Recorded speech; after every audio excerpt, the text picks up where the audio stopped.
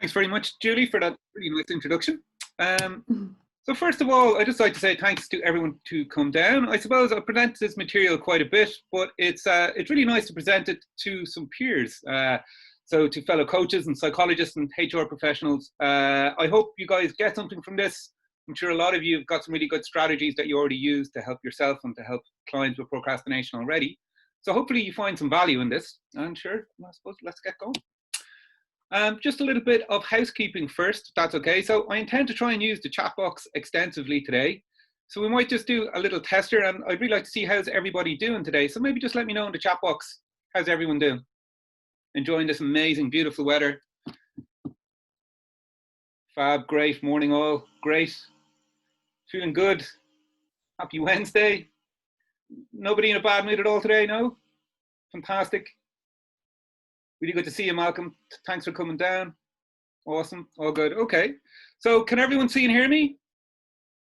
Again, just let me know in the chat box if there's any issues with the sound or with the video, but I think it all seems good. Awesome. Okay. So if you guys have any questions or answers during the session, just let me know in the chat box and I'll do my best to get to them. I will do a Q&A afterwards as well if we don't have time, and there will be a bit where we do some discussion, so you can ask questions there as well. Has everyone by any chance got a pen and a piece of paper they can get their hands on? Again, a pen and a piece of paper would be very useful for this. I'm going to try and put you to work. And finally, I suppose I should introduce myself to those of you who don't know me. So my name is Jayson Moran, and I am a coaching psychologist, as Julia said. So what I do is I help people increase their impact by increasing their effectiveness. And I do this by looking at kind of 3 key areas. So the first of these is I help people to understand themselves a little bit better. So we might look at things like personality, maybe what's important to them, maybe have a look at the balance in their lives or their performance in various areas of their business or career. The second area I help people in is I help them to better understand what it is that they want. So we'll have a look at their goals. Are they in line with the person that they are? Are they structured in such a way that might help them to achieve them, for example? The third area that I help people in is in overcoming the barriers that are getting in the way to them achieving those goals. So kind of common barriers, some practical ones might be decision making, problem solving, or maybe it's getting organized. But also, I suppose, there are more psychological barriers as well. So things like stress, confidence, motivation. And the topic of today's talk, procrastination. So today I'm going to talk a little bit about what procrastination is, how we go about doing it, why we procrastinate, and then we're going to look at some tips, tools, and techniques in order to hopefully reduce the amount you procrastinate and in order to, I suppose, get you moving a little bit quicker and with a little bit less pain. Okay? So I'm going to do a little bit of a warm-up with you guys first, if that's okay. So in a minute, what I'm going to ask you guys to do, I'm going to ask you to go to your nearest window if it's possible. And I want you to look out that window, and I want you to try and notice something new. Now, if you can't get to a window, that's okay. Maybe just have a look around the room. But I want you to try and notice something you've never noticed before. So I'm going to time this. I'm going to give it a minute. And if you guys could come back and let me know in the chat box what you've noticed. So I'm going to start a minute from now, okay?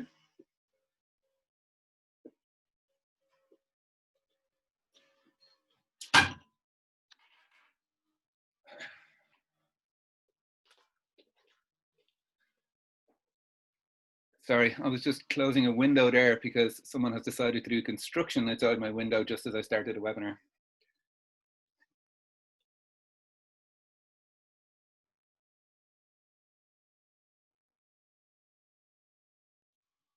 The rain is new, very good. I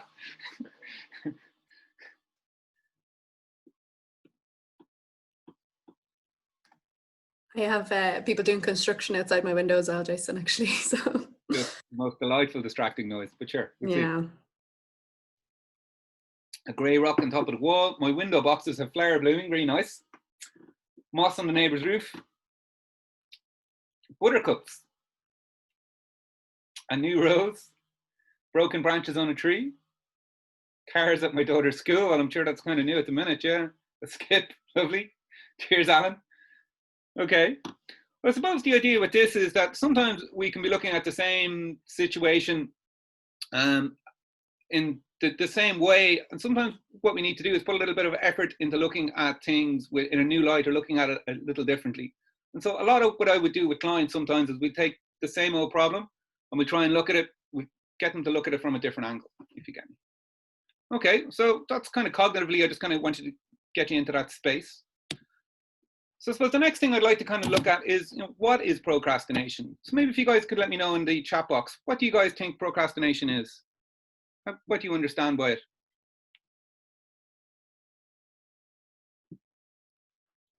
Putting stuff off, putting things off. Yeah, okay. Delaying, doing something except what I should be doing. Very good. Okay, so you guys understand the term anyway.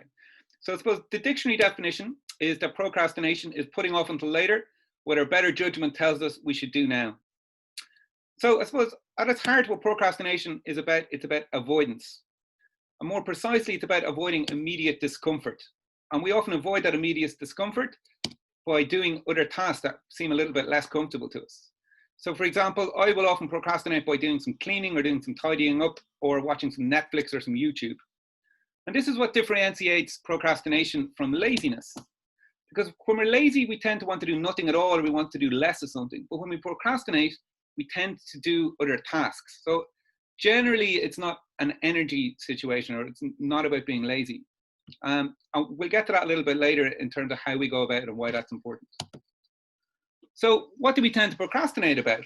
Well, it turns out we procrastinate in three main areas. The first is personal maintenance. So for this might be things like maybe starting that new gym routine, or maybe changing your diet. Personal maintenance can also relate to mental maintenance. So maybe it's, you know, starting that stress reduction course, or finally going to see that counselor. The second area that we tend to procrastinate in is more got to do with personal development. So the reason I've got a picture of a guitar there is I've got a guitar sitting in my living room for the last 18 months. It's literally got a half inch of dust on it. And so this area is all about, you know, learning new things, learning new skills, learning new hobbies. Maybe it's starting that night course. So personal development is the second area. The third area that we tend to procrastinate on, and this is signified by our boss baby, is tasks given to us from external sources. So the reason I have the boss baby there, a very common one of this, is we tend to procrastinate on tasks given to us by our superiors in work. But maybe it's other external sources. Maybe it's an external organization. I think revenue and tax is a good one, or email is another one. You know, when you wake up in the morning, you got 20 emails suddenly. We can procrastinate about stuff given to us from other sources.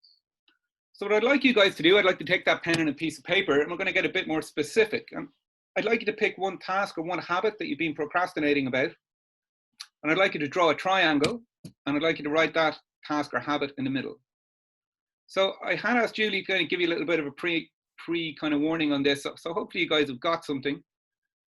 Personally, at the minute, I'm procrastinating about starting strength training. I've got a nice cardio situation that's been happening since COVID kicked in, but I've really been putting off starting about strength training. It's probably because I'm afraid it's going to hurt a little bit, but we'll get to that in a minute.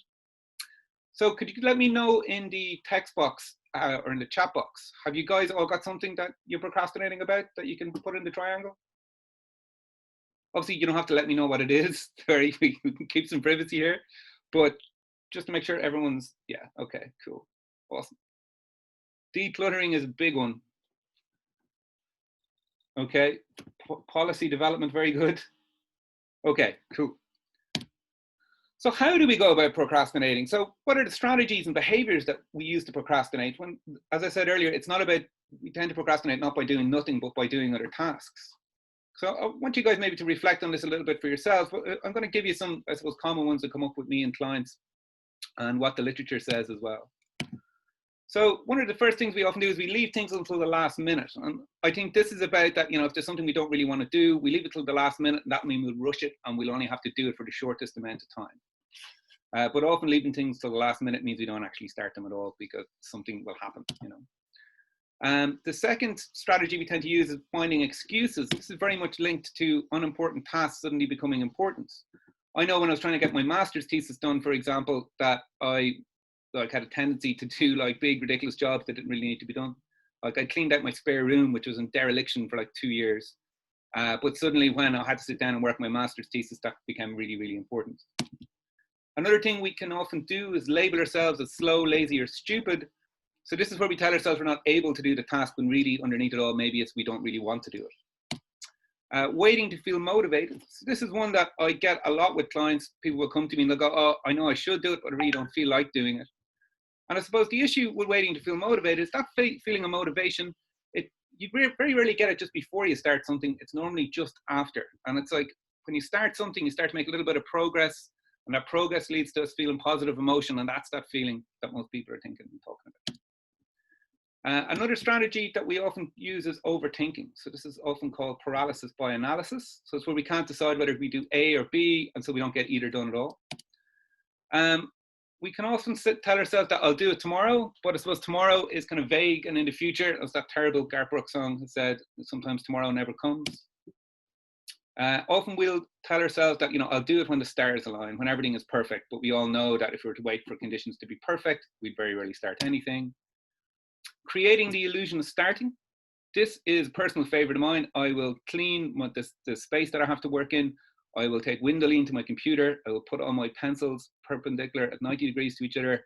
And then I'll decide I need a cup of coffee because I've been doing this for half an hour, 40 minutes, and I need a break, and I haven't really started at all. And finally, giving ourselves the reward before the task. And this is one of the things with procrastination that I think is a little bit insidious about it, is it can kind of ruin those rewards for us a little bit. So I want you to imagine that you are watching an episode of your favorite Netflix show, yeah? And you're watching, what are you guys watching? Money Heist at the minute has kind of taken over my time and attention. But imagine you're watching that episode of that show and you're watching it as a reward for having done something that you really needed to get done. Maybe it's cleaning out that really dirty bathroom or filing those tax returns. How might you feel? Maybe let me know in the text box. So you're watching that show as a reward for having done something that was maybe not the most pleasant. How do you feel? Relaxed, yeah. Satisfied, great, yeah, exactly. Now, I want you to imagine watching that exact same show, but you're watching it in order to avoid doing that exact same task. How might you feel? Guilty. Guilty, and distracted, because it's always going to be sitting there on your shoulder. This is one of the things that really bugs me about procrastination, is it can ruin those like really enjoyable tasks that we normally do when we use them to procrastinate. Okay. So what I'd like you guys to do, I want you to take a triangle and that you've written what you're procrastinating about. And I want you in, let's say, the bottom right-hand corner, I want you to write the behavior you're using to procrastinate. See if you can put your finger on it. So for me, when I've been procrastinating about starting strength training, I tend to tidy up. So what I'll do is I'll get up in the morning, I'll have decided the night before I'm going to do some strength training. Then I get up in the morning and I start tidying everything up to get ready. And then I spend half an hour doing that. And then I go, oh, I don't have time. So just let me know, have you guys been able to put your finger on what your actual behavior is you're using to avoid doing the thing you should be doing?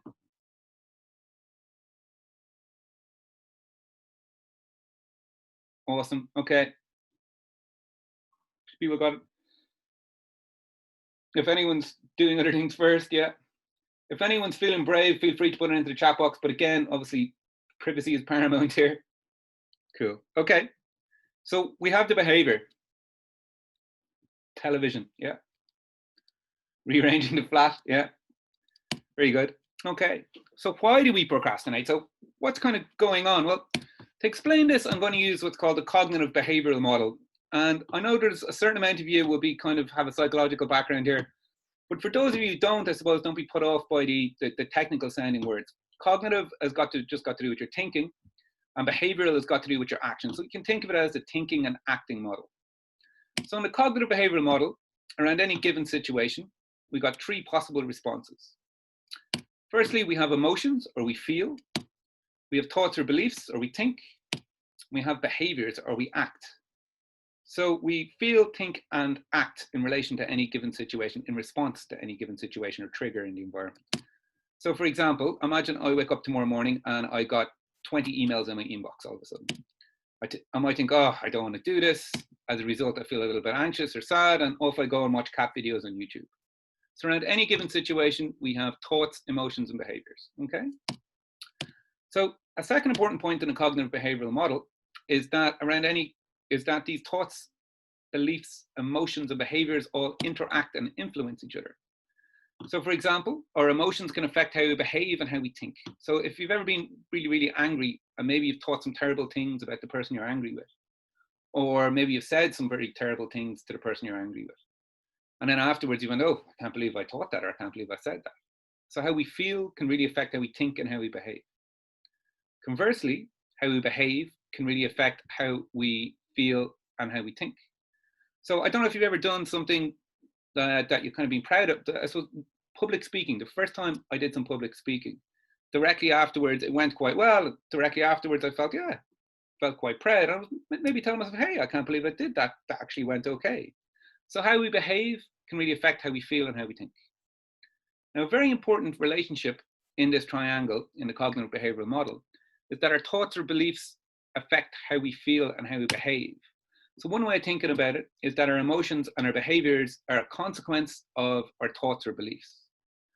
And this can explain why two different people in the exact same situation can have quite different emotional and behavioral reactions. So for example, imagine the same instance, we wake up tomorrow and we got 20 emails in our inbox. Person one might think, this could mean good news. As a result, they're excited or a little bit happy. And so they open up all the emails. Person two, on the other hand, maybe they've had some bad experiences with email lately. Maybe emails have meant more work or bad news. And so they think to themselves, oh, it could mean bad news. As a result, they might feel a little bit sad or anxious. And so they don't open up those emails. So having different thoughts or beliefs can mean we have very different emotional and behavioral reactions to the exact same trigger. Okay. Is everyone with me? Am I explaining this?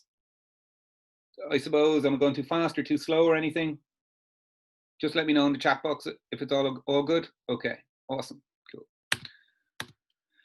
So I suppose it kind of works like this. Often we think it's the trigger in the environment or the situation that causes us to feel certain ways and do certain things. And in the cognitive behavioral model, it's a little bit more like we have this trigger in the environment. We have thoughts or beliefs, or we attach meaning to that trigger or to that situation. And as a result, we act in certain ways and feel certain things. Yeah. So the meaning or the thoughts or belief are key in the cognitive behavioral model. So third important point about the cognitive behavioral model is that there's different levels of thought or belief. I suppose almost think of it as an onion. There's kind of different layers. And I'm just going to talk about two of them today. And the first of those layers is kind of the layer at the top. And this is what's called an automatic thought. And all an automatic thought is, it's like the stream of consciousness you have in any given moment, or that voice kind of describing what's going on. And so people sometimes say to me, I don't have a voice describing what's going on, or I don't have that stream of consciousness. What I explain to them is that the voice telling them that they don't have a stream of consciousness, or they don't have that voice, that's the voice I'm talking about. Okay. So in our email example, the voice might be saying something like, I don't want to do this. So it's just the surface level.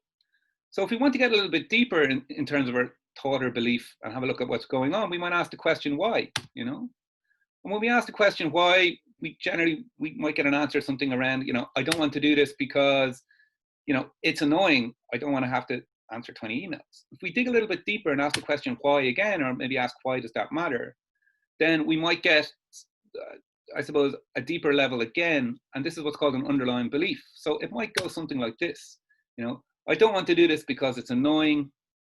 And why does that matter? Well, you know what? I shouldn't have to do it. And we're getting at there's an underlying belief or a rule or an attitude or an assumption about ourselves, about other people, or about how the world works. So a rule might be, if this happens, then that happens. An attitude might be something like, it should be like this, or it must be like this. Or an assumption might be, where we jump to conclusions or we generalize. We say it's like this in this situation, so it's like this in another. Now, I suppose to simplify this, what we're really looking at here is what is the story that we're telling ourselves in the situation. That's all underlying belief is. Okay?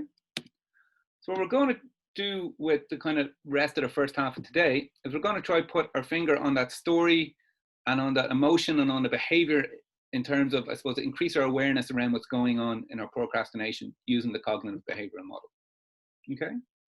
Did that make sense to everyone? Would anyone like me to go back on anything, or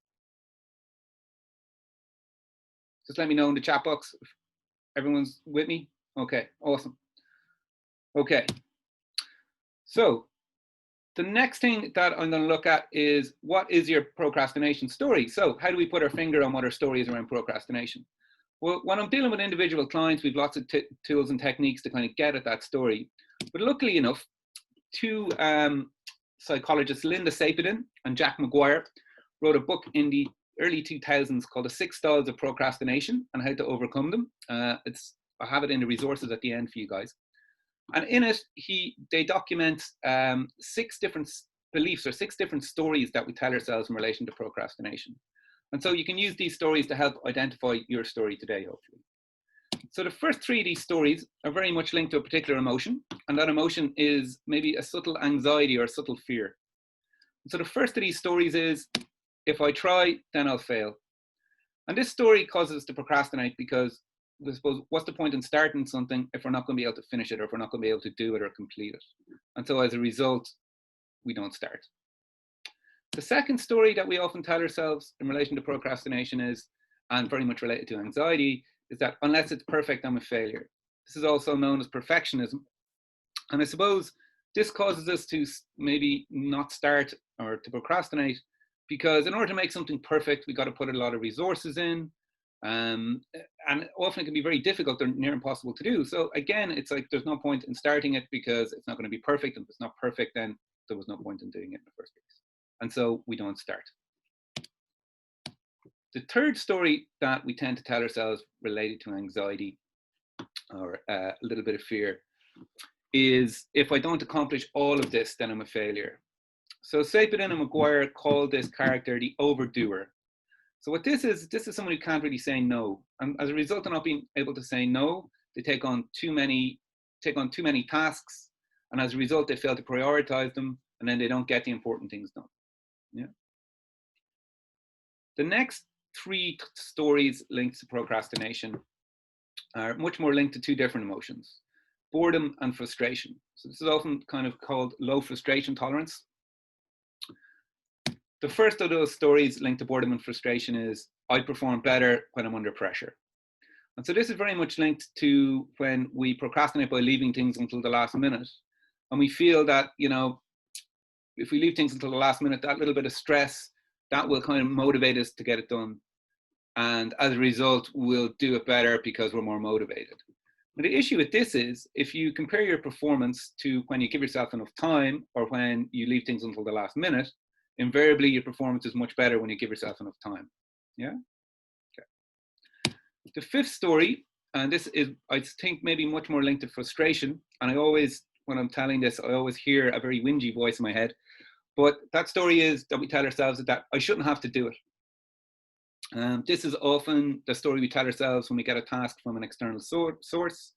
So maybe our boss is giving us something we think is maybe a bit below us, or we don't think is worthwhile, and we stomp our feet and think we shouldn't have to do it. And I suppose the issue with this is that invariably when we get these tasks from external sources, whether it's a task from a boss or emails from customers or being audited by revenue, is that, well, we do have to do it, and that, I suppose putting it off is only kind of torturing ourselves.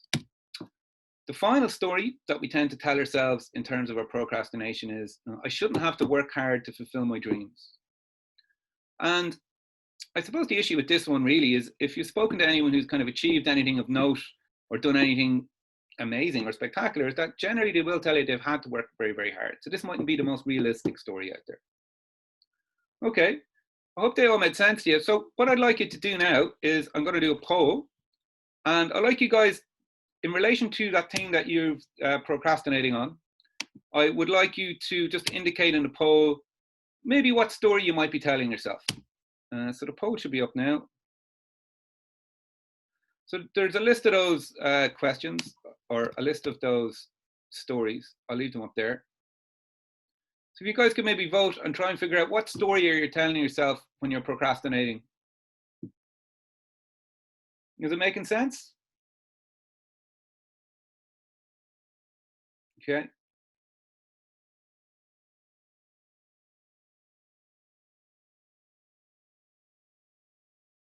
So I'll give you guys a little bit of time on this, maybe give it a minute or 2.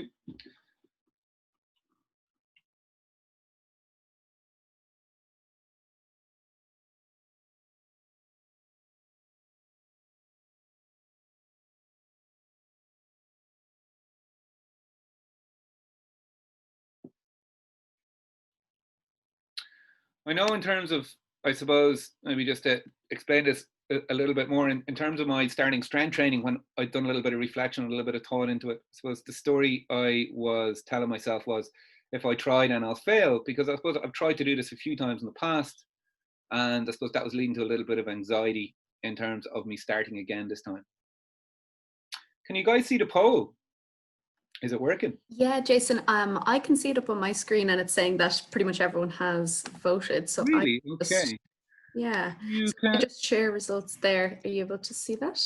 Okay, I'm not. So sorry. I can read them out if Waiting for you. people to vote. So I'm not on my screen. So I'm going to end the poll on my side and to see what happens. Share results. Can you share the results from you there? Yeah, sure. I just, it's not coming up on my screen for some reason. If you want, I can just read them out. That would be awesome. Thank you so much. Yeah. So for if I try, then I fail, there was 12% of people were saying that. Unless it's perfect, I'm a failure, 24%. Mm-hmm. If I don't accomplish all of this, then I'm a failure. 27% had that. So that was the most popular, just by a little bit. I perform better under pressure. We've got 21% said that. Yeah. I shouldn't have to do this, 9%. Yeah. And then I shouldn't have to work hard to fulfill my dreams. Just 2 people said that, so 6% of the group. Okay. So that's very interesting. So I've done this talk quite a bit lately, and it's very interesting to see how different groups, I suppose, maybe tell themselves different stories. So I suppose, you know, it sounds like there's an awful lot of overdoers, like an awful lot of very high achievers in this group. And also people who think maybe they perform better under pressure, you know. I suppose what's interesting with this is, I suppose I shouldn't have to do this and I shouldn't have to work hard to fulfill my dreams. I almost feel that they are stories that sometimes we tell ourselves when external sources give it to us. So, you know, I shouldn't have to do this, for me, is a classic story from when our boss gives us something. I suppose I find when I do this with different groups, I often get very, very different results. Very interesting. Okay, sorry, I'll move on. Sorry about that. So what we are looking at here is, at this point, that we should have our story, or sorry, at this point in the bottom right-hand corner of your triangle, we should have the behavior that you're doing. What I'd like you to next, in the bottom left-hand corner of your triangle, I'd like to try and put your finger on the emotion you're feeling when you're procrastinating or when you're thinking about starting that task. So is it maybe a little bit of anxiety or underlying fear? Is it more boredom, or is it more kind of frustration or maybe a little bit of anger? Excuse the language, maybe we're a bit pissed off about having to do it. So just let me know if when you've managed to get that.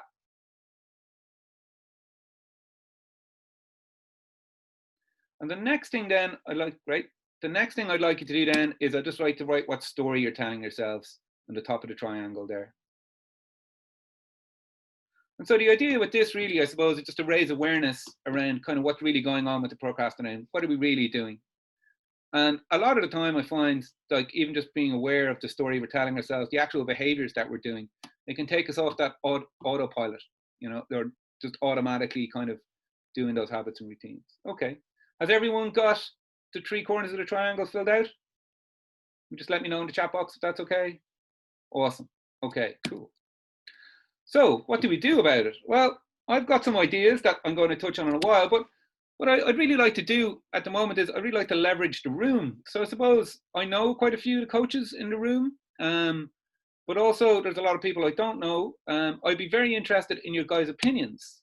So first of all, I'd like to know what strategies you might use to procrastinate less yourself, or strategies that you might use with clients to help them overcome some procrastination. So we're just going to have a chat about this for a couple of minutes. Let's see how we're doing for time. Maybe just 5 minutes. So feel free to unmute yourself, but I'll be very interested to hear what kind of strategies you guys are using.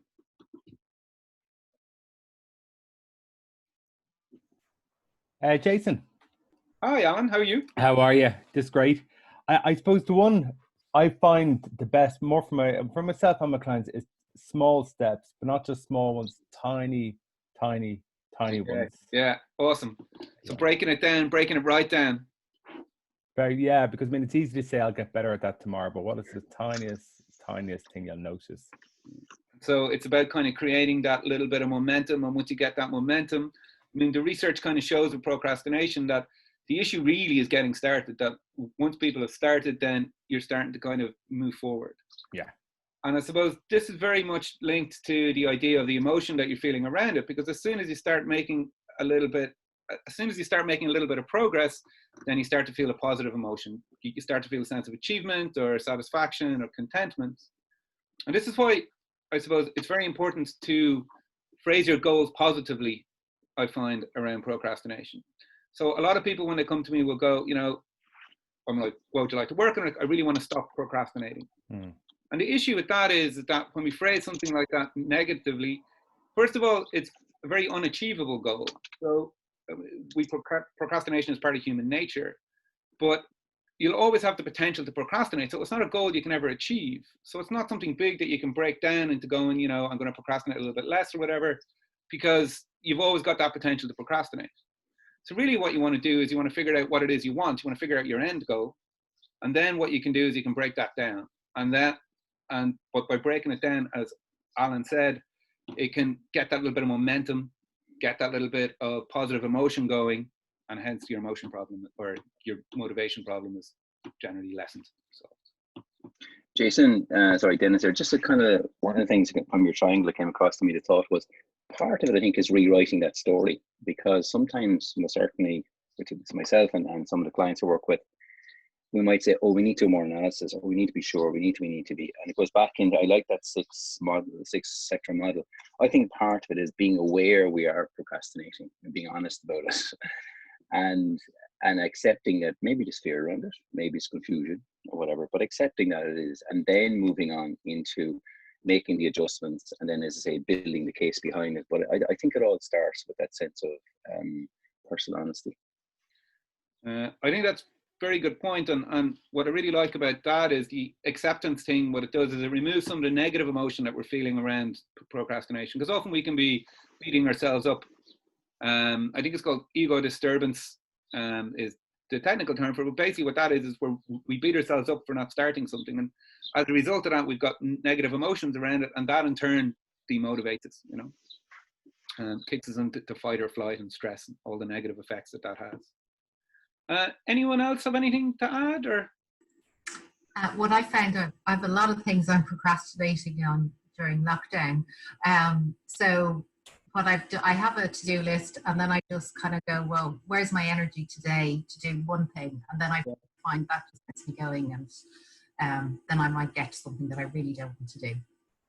Awesome. So it's, you know, I suppose give yourself options. Sometimes we feel like doing particular things on certain days, and other days we just don't feel like doing those particular things. So give yourself a bit of leeway, and again, it comes down to acceptance a little bit there, which I really like.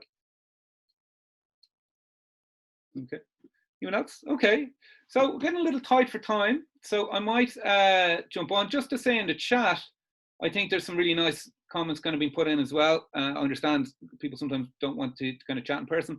Do the task first thing in the morning. I really like that as well, in terms of, I suppose, getting important things done. If you make it the first thing in the morning, what happens there is that there's less things that can kind of get in and interrupt your day, and I suppose stop your flow, because it means you're doing something first thing in the morning, you're being proactive rather than reactive, because as the day progresses, invariably things happen. And sometimes, you know, you're dealing with those urgent and important things rather than dealing with, you know, I suppose that thing that you're procrastinating about, and maybe that might be the most important task.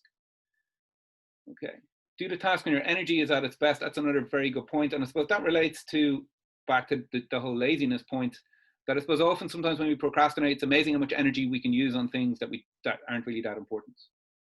Okay, I'm going to move on, and I'm going to get to a couple of the strategies. You guys have actually kind of covered two of the main ones I was going to work on. So the first was, it's about challenging your story. And the gentleman, sorry, his name I can't remember, talking about that and acceptance. So in terms of how we might go about challenging our story, well, the main method that I would use is what's called Socratic questioning. And Socratic questioning, really, it's just a series of questions that you can use in order to test the validity and the usefulness of any kind of story. So, you know, how realistic is that story? How logical is it? How based in reality is it? But then also, how helpful is it? You know, is it the kind of story that's helping you move towards your goals? So these questions can if you give them a Google, you'll get a nice list of them. But you know, what is the evidence for and against this thought? Are we kind of weighing up both sides of what's going on? Is there an alternative explanation or viewpoints? Is there maybe another way of looking at this? What's the worst that could happen? And if so, could I cope? So I suppose that's kind of very much good to do with that acceptance kind of idea as well. But also, you know, even if the worst thing possibly happened and it was terrible, could I actually cope with it? And maybe we're being a bit pessimistic. Maybe want to look at this a bit more optimistically. You know, what is the best outcome that could happen? And in between those, often is what's the most realistic outcome. Another question we can ask ourselves is, what would be the effect of changing my thinking? And often that's kind of what would be the effect of change of my behavior of changing my thinking. Another one I really like is, what would I tell my friend if he or she were in the same situation? It's a really good question to ask in terms of gaining some emotional distance from a problem. Sometimes when we imagine ourselves as the friend, it can just kind of take away that immediate anxiety, for example. And finally, what should I think and what should I do? And this is all about, I suppose, moving us into action. So for coaches in particular, I think there's some super questions. And again, the slides will be up at the end, or we'll send you the slides at the end for these questions. But if you Google Socratic question, there's some of the better coaching questions out there for the coaches who are there. So in terms of a shortcut for today, what I normally do is, I suppose I'm going to use the example of the story I was telling myself, if I try, then I'll fail, when I was thinking about starting strength training. I'm just going to use an example of how you can kind of condense those questions into 4 very useful questions if you're a coach. So I might get you guys to apply this to the story yourselves that you're telling yourselves around your procrastination as we go. So the first question I'd like you to ask yourself around the story you're telling yourself is it a realistic story? Or maybe why it's a realistic story, or why it isn't a realistic story. So if I take the story I was telling myself around my procrastination, you know, if I tried strength training again, then I'll fail. And I asked myself, is it a realistic story? Well, one side of it is, well, kind of, because, you know, I've failed a couple of times in the past, and, you know, if I failed in the past, then maybe I might fail again in the future. If I ask myself why it hasn't been a realistic story, well, then I'll have to say, well, maybe conditions are a little bit different now. You know, I suppose I've got more of a routine and I've got more time to myself due to the whole lockdown situation. So maybe it's not the most realistic story. And then you can ask yourself, what might be a more realistic story? So even if your story is a little bit realistic, what might be a story that's a little bit more realistic? So in terms of what I come up with when I've done a bit of reflection in terms of my story was, you know, if I try, then I'll fail. Maybe a bit more realistic might be, if I try, then I might fail, but I might succeed because conditions are a little bit different now. Okay, that making sense? The second set of questions that I often get clients or myself to when we're dealing with procrastination is to ask, is it a helpful story? And if, you know, why or why isn't it a helpful story? So this is about, is the story helping you move towards your goals? Is the story helping you get where you want to go? And so when I asked myself, you know, if I try, then I'll fail, is that a helpful story? Well, I had to say no, because it meant I wasn't actually trying to do some strength training. So when I asked myself the next question, what might be a more helpful story? I suppose what I came up with was, you know, if I try, I might fail, but I might succeed. But to be honest, I learned from the last time, for example, by watching my diet and doing other little things. So I suppose the way of looking at this, what I told myself is, you know, either I will learn or I'll succeed. I suppose it's not a case of success and failure. Again. Okay. So I think these are 4 very useful questions in terms of coaching and stuff and working with clients, but also very good ones to ask ourselves around particular stories. Okay, how are we doing for time? Okay, 5 minutes, great. So the last method that I use, and this is a bit of a hack, I suppose I think it's very important to get at the underlying reasons why you're procrastinating, and that's kind of what the last section about. But this is more about kind of, I suppose, getting someone moving. And if we don't think back to that triangle, this is working on the emotion corner of the triangle and the behavior corner of the triangle in order to affect maybe the thinking. And this is called breaking it down in the Pomodoro method. So it's kind of got 2 steps. So breaking it down, as Alan was saying earlier, so we're going to break it down. We're going to break it down in a very specific way. So the first thing we want, so the reason we break it down is that often things that we procrastinate about can seem very, very big to us. You know, they can be big problems. And because something is big, it can often give a sense of vagueness. It can be difficult to see the edges to it to an extent. And the issue with something that's big and vague is it gives us a sense of the unknown. And as humans, in terms of the unknown tends to create a particular emotion, and that's anxiety. The second emotion we can often feel in this situation is boredom, and that can be because when something is big and vague, specifically, we don't know what to do. And when we don't know what to do, we can often feel bored because we don't know what action to take. So what do? We take that big goal and we break it down into smaller goals. I'm going to break it down into smaller goals again. But as I said, we're going to break it down into specific types of goals. So we want to take the first type of goal I'm going to talk about is our end goal. So as I was saying, this should always be positively phrased. I'm going to use the example of me finishing my master's thesis. So a couple of years ago, I had to get my master's thesis finished. I was having some health issues, which really affected my energy levels, which in turn affected my motivation. So this is where a lot of this material came from. So my end goal in this instance was just to finish my master's thesis. Simple as. The next type of goal I'm going to talk about are milestones. So milestones are arbitrary points along the way that you can use to, I suppose, determine your progress, to see if the strategies that you're using are working. So in terms of finishing my master's thesis, there was 3 major milestones. There was finish the introduction, finish the statistical analysis, which was gather all the data, and then finish the discussion, which was write about all that data I gathered. So we got our end goal and we got our major milestones. Then we want to take those milestones and break them down again into smaller goals. So for example, if I take finishing my introduction of my master's thesis, all it was really was finish writing about topic A, finish writing about topic B, finish writing about topic C, etc. So once we got those smaller goals, and it's kind of more manageable bites, we're going to take those smaller goals and we're going to break them down into what's called a behavioural goal. So a behavioural goal is simply the action that you need to take in order to reach a smaller goal, if you get me. So in this instance, in terms of finishing writing about topic A, well, I had to read about topic A and I had to write about topic A. So they're just the actions you need to take. Now, the nice thing about behavioural goals is you can make them time bound. And what this means is that you can get a sense of accomplishment or a sense of achievement without having to worry about results. So I didn't have to worry about how many paragraphs I read or how many words I wrote. I could do the behavioural goal for a period of time, say 25 minutes, and I would feel a sense of accomplishment or positive emotion after those 25 minutes, regardless of outcome. Okay. So the second half of this is using what's called the POMODORO method. So once you've broken your big task down into those 25-minute behaviors, then what you want to do is you want to commit to doing either or any one of those behaviors for 25 minutes. You want to take out your phone, you want to time it, but fully commit to dive into doing it. And the thing with this is most people, no matter how horrible the task is, or no matter how badly you feel about it, or what story you're telling yourself around it, most people, if you push, you can do the thing for 25 minutes. So do it for 25 minutes and take a 5-minute break. I advise you time this as well, and also to get away from whatever you're doing. So you might get up and walk away from your computer or whatever. Repeat this by 6 and you got a half day's work done.